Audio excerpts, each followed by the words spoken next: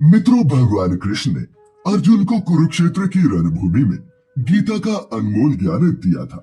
इसके बारे में तो सभी जानते हैं, लेकिन क्या आप जानते हैं कि इसके अलावा भी श्री कृष्ण ने अर्जुन को एक और ज्ञान दिया था, जिसे गर्भ गीता के नाम से जाना गया है। अब इस गर्भ गीता में भगवान कृष्ण ने अर्जुन को जन्म, पुनर्जन्म और मृत्यु के वो गूढ़ रहस्य बताए हैं, जिनके बारे में आज हम और आप मिलकर जानेंगे। तो नमस्कार और स्वागत है आप सभी का एक बार फिर। मित्रों, महाभारत का युद्ध समाप्त होने के बाद एक दिन अर्जुन और श्री कृष्ण बैठे हुए थे। तभी श्री कृष्ण बोले, हे पार्थ, क्या तुम जानते हो कि जो प्राणी गर्भ गीता के संदेश को सुनकर ध्यान पूर्वक मनन करता है, वो मनुष्य मृत्यु के बाद दोबारा जन्म नहीं लेता और इस जन्म मरण के चक्र से मुक्त हो जाता है। ये सुन अर्जुन कृष्ण से बोले, हे नारायण, परंतु मुझे ये तो समझाइए कि वो कौन से कर्म हैं जिन्हें करने से प्राणी जन्म मरण से रहित हो सकता है। तब भगवान श्री कृष्ण बोले, हे धनंजय, ये जो मनुष्य है वो वास्तव में अंधा और मूर्ख है, जो सांसारिक चीजों से मोह करता है। मनुष्य दूसरे को देखकर ये सोचता है कि जैसी चीज उसने पाई है मैं भी वही पाऊंगा, और इन्हीं चिंताओं से मनुष्य का मन भर जाता है। वो आठों पहर माया को ही मांगता रहता है और इन बातों के चलते ही वो बार बार जन्म लेता है और फिर मरता है।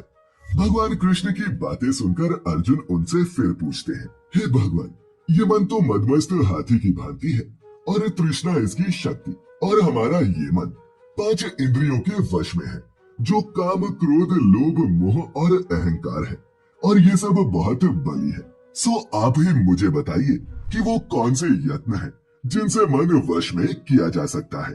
तब भगवान कृष्ण कहते हैं, हे अर्जुन, ये मन निश्चय ही हाथी की भांति है और तृष्णा ही इसकी शक्ति। हमारा मन 5 इंद्रियों के वश में है, जिनमें अहंकार श्रेष्ठ है। हे अर्जुन, जैसे हाथी अंकुश के वश में होता है, वैसे ही मन रूपी हाथी को वश में करने के लिए ज्ञान रूपी अंकुश का लगाना जरूरी है, और जो जीव अहंकार करता है उसे नरक की सजा भुगतनी पड़ती है।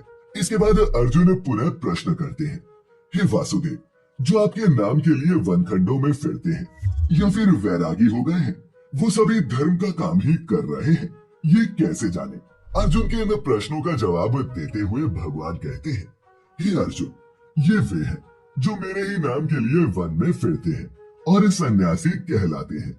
इसके बाद अर्जुन पुनः कहता है, हे भगवान, वो कौन सा पाप है जिससे स्त्री की मृत्यु हो जाती है, और वो कौन सा पाप है जिसके कारण औलाद मर जाती है, और क्या किसी पाप के कारण मनुष्य नापुंसक भी हो सकता है? तब श्री कृष्ण उत्तर देते हैं, जो किसी से कर्ज लेता है और उसे लौटाता नहीं, उसकी औरत मर जाती है, और जो किसी की अमानत रखी हुई वस्तु को बचा जाता है, उसके पुत्र मर जाते हैं, और जो किसी को कहे कि तुम जब चाहो उस समय मैं तुम्हारा कोई भी काम कर दूंगा, लेकिन समय आने पर उसकी सहायता नहीं करता, इस पाप को करने वाला मनुष्य नापुंसक होता है, और ये बहुत बड़े पाप है। इसके बाद अर्जुन बोले, हे नारायण, कृपा कर मुझे ये बताएं कि कौन से पाप के कारण मनुष्य सदैव रोगी रहता है? किस पाप को करने से गधे या फिर बिल्ली की योनि में जन्म होता है? तब श्री कृष्ण अर्जुन से कहते हैं, हे अर्जुन, जो भी मनुष्य कन्यादान करते हैं और इस दान में मूल्य लेते हैं, वो दोषी हैं। वे मनुष्य सदा रोगी रहते हैं। और जो औरतें रसोई बनाकर पहले खुद भोजन करती हैं और फिर बाद में अपने पति को खाना देती हैं, वो अगले जन्म में बिल्ली के रूप में जन्म पाती है।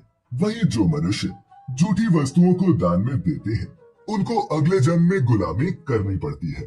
भगवान कृष्ण के मुख से ऐसी बातें सुनकर अर्जुन ने उनसे फिर पूछा, हे वासुदेव, कई मनुष्यों को आपने सोना दिया है, तो उन्होंने कौन सा पुण्य किया है?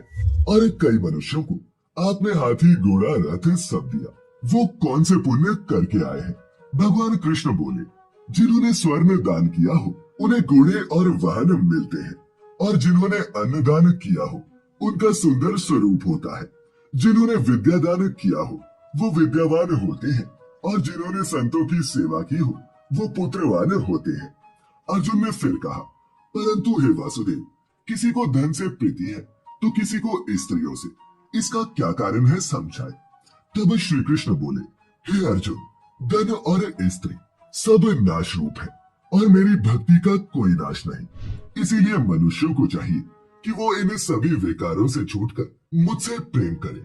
भगवान कृष्ण की ये बातें सुनकर अर्जुन ने पुनः पूछा, हे भगवान, अब मुझे ये बताएं कि राजपाट क्या कर्म करने से मिलता है और विद्या कौन से कर्मों से मिलती है। भगवान कृष्ण बोले, जो प्राणी काशी में निष्काम भक्ति से तप करते हुए अपना देह त्यागता है वो अगले जन्म में राजा बनता है, और जो गुरु की सेवा करता है वो विद्यावान। इसके अलावा अर्जुन ने फिर पूछा, हे वासुदेव, किसी को धन अचानक बिना परिश्रम से मिलता है, उन्होंने कौन सा पुण्य कर्म किया होता है। तब भगवान कृष्ण बोले, जिन्होंने गुप्त दान किया हो उनको अचानक से ही धन मिलता है, और जिसने परमेश्वर का कार्य और दूसरों के कार्य सवारे हो ऐसे मनुष्य रोग रहित रहते हैं। अर्जुन ने फिर से पूछा, हे वासुदेव, वो कौन से पाप है जिनसे मनुष्य अमली, गूंगे या फिर कुष्ठी पैदा होते हैं। ये सुनो भगवान बोले, जो गुरु से विद्या पढ़कर मुकर जाते हैं वो अगले जन्म में गूंगे पैदा होते हैं, और जिन्होंने गौ की हत्या की हो वे कुष्ठी होते हैं। अर्जुन फिर बोले, जिस किसी पुरुष की देह में रक्त का विकार होता है उसने कौन सा पाप किया होता है, और गरीबी किन कर्मों की वजह से आती है। भगवान कृष्ण बोले, हे अर्जुन, जो सदा क्रोधवान रहते हैं उन्हें रक्त के विकार होते हैं, जो मलिन रहते हैं वो दरिद्र रहते हैं, और जो कुकर्मी ब्राह्मण को दान देते हैं उनको खंडवायु होती है, जो पराई स्त्री को बिना कपड़ों के देखते हैं, गुरु की पत्नी को कुदृष्टि से देखते हैं, वो अंधे पैदा होते हैं, और जिसने गुरु और ब्राह्मण को लात मारी हो वो लंगड़ा व पंगु होता है, और जो औरत अपने पति को छोड़कर पराये पुरुषों से संबंध बनाती हो वो बाल विधवा हो जाती है। मित्रों, इसके बाद अर्जुन ने फिर पूछा, हे नारायण, आप तो परब्रह्म हो, आपको मेरा नमस्कार है। मैं अपने संबंधी जानता था लेकिन अब मैं ईश्वर जानता हूँ। हे ईश्वर, गुरु दीक्षा कैसी होती है, कृपा कर मुझे ये भी बताएं। भगवान कृष्ण ने उत्तर दिया, हे अर्जुन, तुम धन्य हो और तुम्हारे माता पिता भी धन्य हैं जिन्हें तुम्हारे जैसा पुत्र हुआ। तुम ये भी जान लो कि सारे संसार के गुरु जगन्नाथ ही है, और विद्या का गुरु काशी, चारों वर्णों का गुरु सन्यासी। सन्यासी उसे कहते हैं जिसने सबका त्याग करके मेरे विषय में मन लगाया हो।